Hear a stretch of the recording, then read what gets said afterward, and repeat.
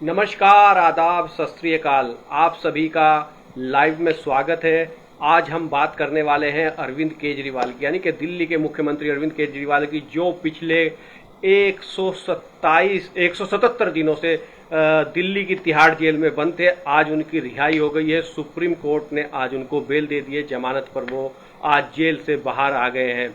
लेकिन उनके जेल से बाहर आने के साथ ही राजनीति में एक बात बड़ी तेजी से फैल गई है। एक बात की बड़ी चर्चा है। बड़ी एक राजनीति में एक बात बड़े जोरों पर है, जिसकी चर्चा है कि आखिर अरविंद केजरीवाल की बेल के बाद हरियाणा में जो चुनाव हो रहा है, दिल्ली और पंजाब, दो राज्यों के बीच का जो राज्य है हरियाणा, उस राज्य में जहां चुनाव हो रहा है, वहां अरविंद केजरीवाल की बेल के बाद आखिर किसका खेल बिगड़ेगा, यानी किस पार्टी का, किस राजनीतिक दल का खेल अरविंद केजरीवाल अब रिहाई के बाद हरियाणा में बिगाड़ने वाले हैं। इस पर सियासी चर्चा शुरू हो गई है। सरगर्मियां अरविंद केजरीवाल की रिहाई के साथ ही सियासी सरगर्मियां तेज हो गई हैं, दिल्ली से लेकर हरियाणा तक और हरियाणा से लेकर पंजाब तक। क्योंकि हरियाणा वो राज्य है जिसका एक इलाका दिल्ली से सटा हुआ है, दूसरा इलाका पंजाब से सटा हुआ है। यानी कि हरियाणा और पंजाब और दिल्ली के बीच का जो राज्य हरियाणा है, उसके दोनों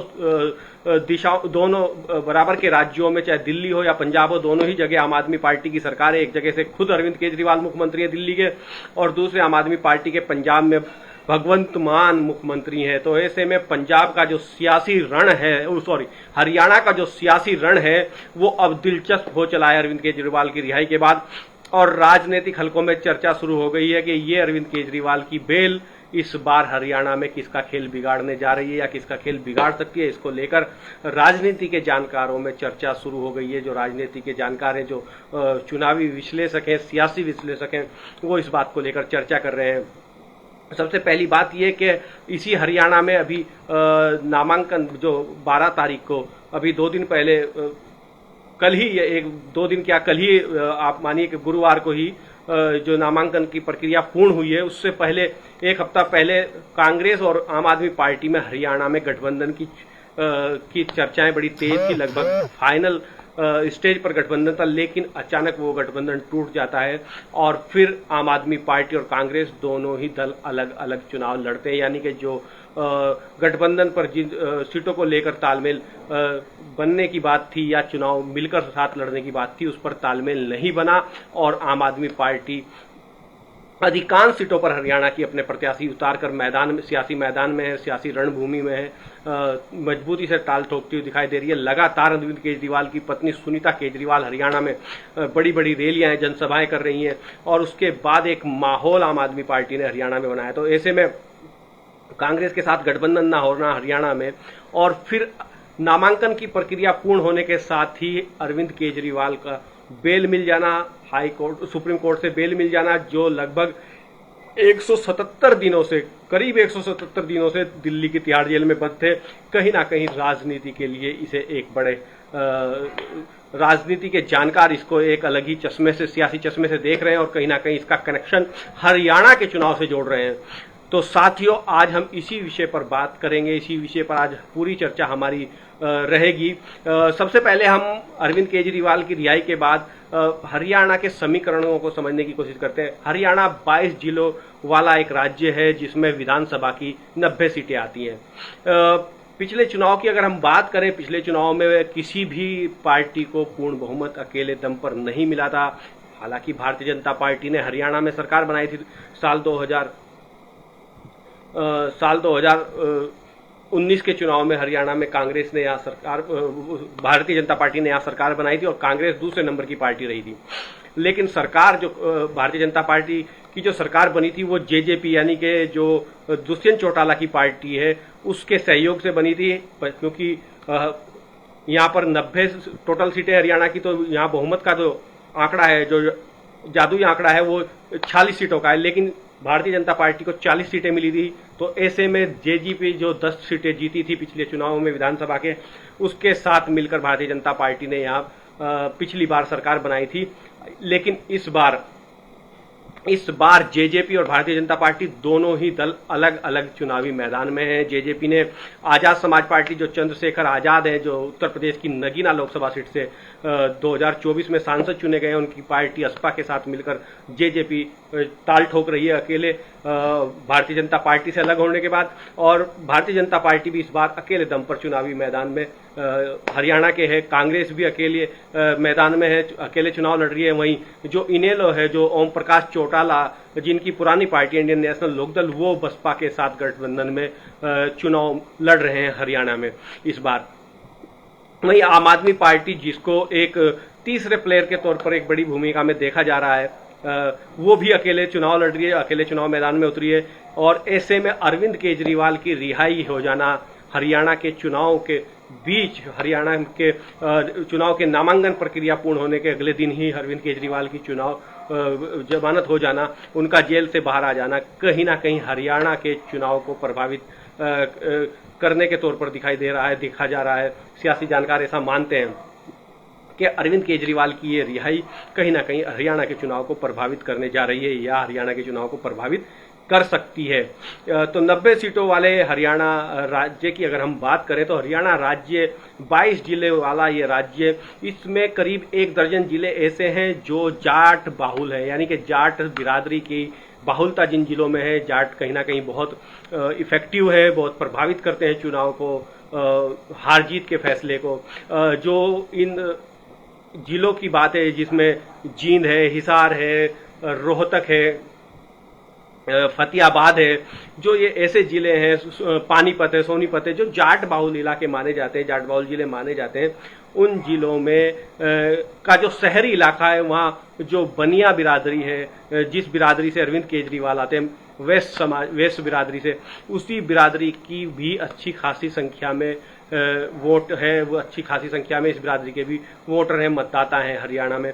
तो उसी को देखते हुए कहीं ना कहीं लग रहा है कि इस बार कहीं अरविंद केजरीवाल जो है वो हरियाणा में कुछ बड़ा खेल कर सकते हैं।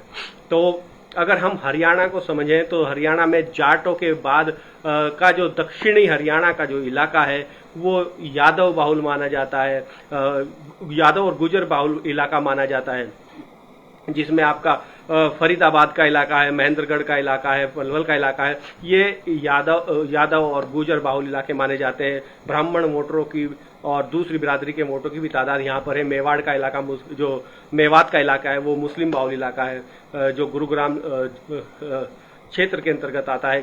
गुरुग्राम के इलाके में का ये इलाका माना जाता है एक तरीके से। वहीं जो पूर्वी हरियाणा का जो इलाका है, वहाँ दलित मतदाताओं की संख्या अच्छी खासी है, यानी कि दलित वोटर बड़ी तादाद में माने जाते हैं। यहाँ दलित एक बड़ा इफेक्ट डालते हैं चुनाव पर, जो पूर्वी हरियाणा का जो इलाका है।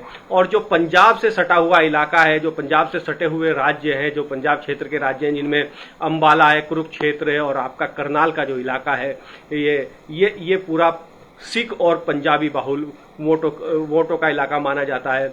अंबाला, करनाल और कुरुक्षेत्र का ये इलाका सिख और पंजाबी वोटों की बाहुलता का इलाका माना जाता है।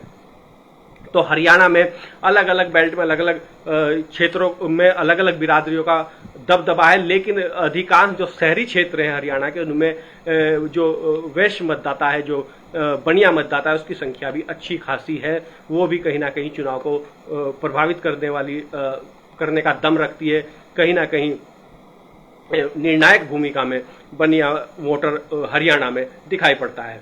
तो अरविंद केजरीवाल की इस रिहाई के बाद राजनीतिक हलकों में ये चर्चा तेज हो गई है कि इस रिहाई के इस समय पर हरियाणा चुनाव से पहले अरविंद केजरीवाल की रिहाई के आखिर सियासत में क्या मायने हैं, क्योंकि हरियाणा वो राज्य है जो दिल्ली से और पंजाब के बीच का राज्य है। दोनों की सीमाएं, दोनों राज्यों की, दिल्ली की भी और पंजाब की भी, वो हरियाणा से टच करती हैं, यानी कि हरियाणा का एक इलाका जो है पंजाब को कहीं ना कहीं कनेक्ट करता है, दूसरा इलाका कहीं ना कहीं दिल्ली को कनेक्ट करता है। तो ऐसे में दोनों ही जगहों पर आम आदमी पार्टी की सरकार है और इस बार हरियाणा के चुनाव में बड़ी मजबूती से आम आदमी पार्टी, जो अरविंद केजरीवाल की पार्टी है, वो दमखम लगा रही है, ताल ठोक रही है।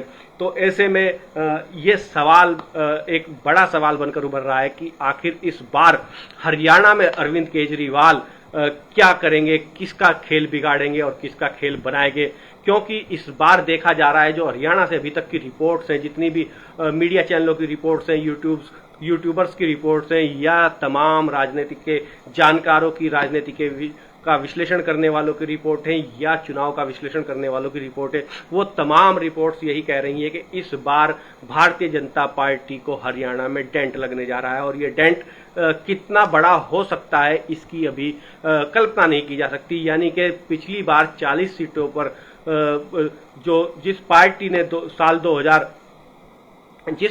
साल 2014 में हरियाणा में पूर्ण बहुमत की अपने दम पर सरकार बनाई थी, वो पार्टी 2019 में आते आते 40 सीटों पर रुक गई थी। और इस बार ऐसी संभावनाएं राजनीति के जानकार जता रहे हैं कि इस बार भारतीय जनता पार्टी का ग्राफ और नीचे जा सकता है, और ये कहां तक गिर सकता है इसके बारे में भी कहना बहुत जल्दबाजी होगा। लेकिन कहीं ना कहीं भारतीय जनता पार्टी को बड़ा डेंट हरियाणा में राजनीति के जानकार देख रहे हैं, तमाम मीडिया रिपोर्ट्स इस बात को कह रही हैं। लेकिन अरविंद केजरीवाल के आने के बाद क्या हरियाणा का, अरविंद केजरीवाल की जो रिहाई आज दिल्ली की तिहाड़ जेल से, उसके बाद उनके बाहर आने के बाद जो माहौल बना है हरियाणा में, या माहौल बनेगा, उसमें कितना फायदा अरविंद केजरीवाल के जेल से बाहर आने के बाद भारतीय जनता पार्टी को हो सकता है, यानी कि वो कितनी वोटों में सेंधमारी कर सकते हैं। जो कांग्रेस की तरफ वोटर का झुकाव दिख रहा है, वो उसको कितना डाइवर्ट आम आदमी पार्टी की तरफ कर सकते हैं, या अगर मुकाबला यहां त्रिकोणीय हो जाता है जिस तरीके का माहौल बना है, क्योंकि जेजेपी और चंद्रशेखर आजाद की पार्टी, दुष्यंत चौटाला की जेजेपी और चंद्रशेखर आजाद की जो पार्टी एएसपी है, वो मिलकर चुनाव लड़ रही है। दूसरी तरफ बसपा और इनेलो, जो ओम प्रकाश चौटाला की पार्टी इनेलो है, और बसपा मायावती की पार्टी है, वो मिलकर चुनाव गठबंधन में लड़ रही है। तो यहां पर चुनाव इस बार फंसा हुआ दिख रहा है। लेकिन कहीं ना कहीं फिर भी जो जनता का फीडबैक है, जो लोगों की राय है, वो कहीं ना कहीं कांग्रेस को इस बार यहां पर एज दिखा रही है और भारतीय जनता पार्टी को डेंट दिखा रही है। लेकिन ये जो पूरा सिनेरियो हरियाणा में बना है, या इस बार का बनता हुआ दिखाई दे रहा है, उसमें क्या भूमिका अरविंद केजरीवाल निभाएंगे और क्या भूमिका बसपा इनेलो का गठबंधन और जेजेपी और असपा का गठबंधन निभाने जा रहा है या निभा सकता है, और इसका किसको कितना लाभ हो सकता है, भाजपा को कितना फायदा हो सकता है इन गठबंधनों का, आम आदमी पार्टी के अकेले लड़ने का भाजपा को कितना लाभ हो सकता है, इस पर बहुत कुछ डिपेंड करेगा भारतीय जनता पार्टी की जीत और हार पर, कांग्रेस की जीत और हार पर।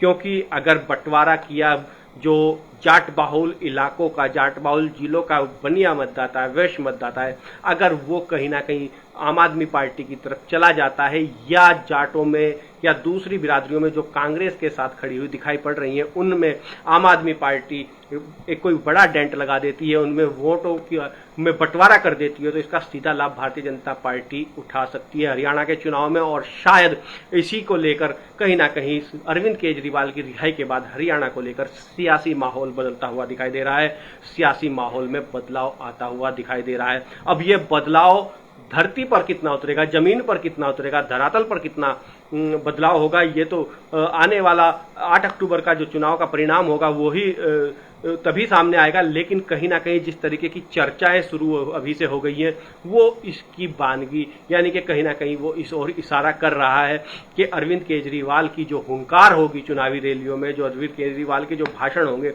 वो कहीं ना कहीं मतदाता को प्रभावित करेंगे, वो कहीं ना कहीं वोटर को प्रभावित करेंगे, और ऐसे में कांग्रेस के लिए नुकसान का सबब अरविंद केजरीवाल हरियाणा में बन सकते हैं, जिसका फायदा भारतीय जनता पार्टी को मिल सकता है। लेकिन अभी ये दूर की कौड़ी है कि क्या ऐसा होगा कि नहीं होगा।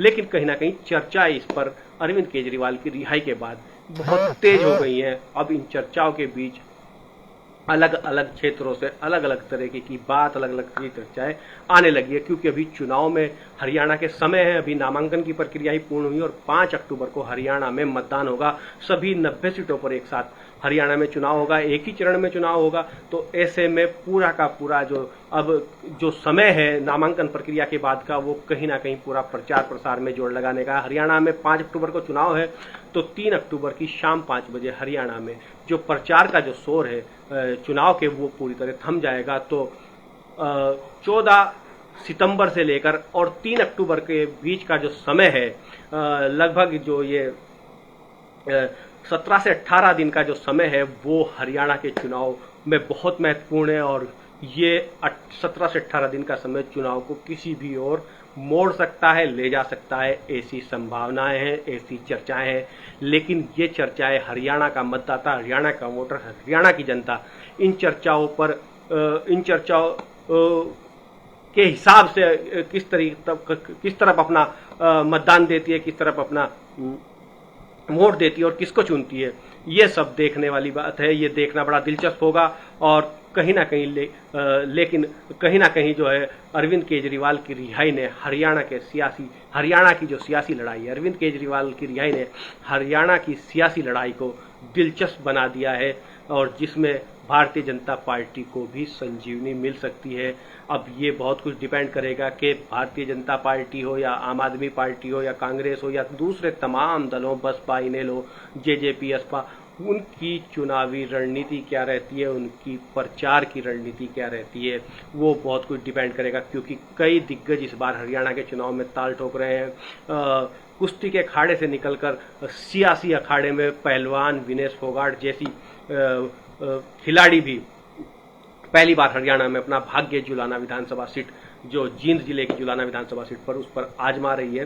अब इसका कितना फायदा ऐसे चेहरों का कांग्रेस उठा पाती है या जो माहौल फिलहाल का बना है उसको कितना और मजबूती से अपने पक्ष में कांग्रेस बनाए रखती है, ये भी देखने वाली बात होगी। लेकिन अरविंद केजरीवाल की रिहाई के बाद, अरविंद केजरीवाल की बेल के बाद जो सियासी खेल बिगड़ने की जो बात है वो भी कहीं ना कहीं बहुत कुछ कहती है और इसके पीछे की जो पूरी सियासत है उसको भी समझने की जरूरत है। लेकिन अभी आज ही अरविंद केजरीवाल शाम को जेल से बाहर आए हैं बेल पर, तो अब धीरे धीरे परतें खुलती जाएंगी, प्रचार का शोर आगे बढ़ता जाएगा और सियासी माहौल क्या रहेगा ये हम आप लोगों तक लगातार अपने लाइव शो के जरिए पहुंचाते रहेंगे।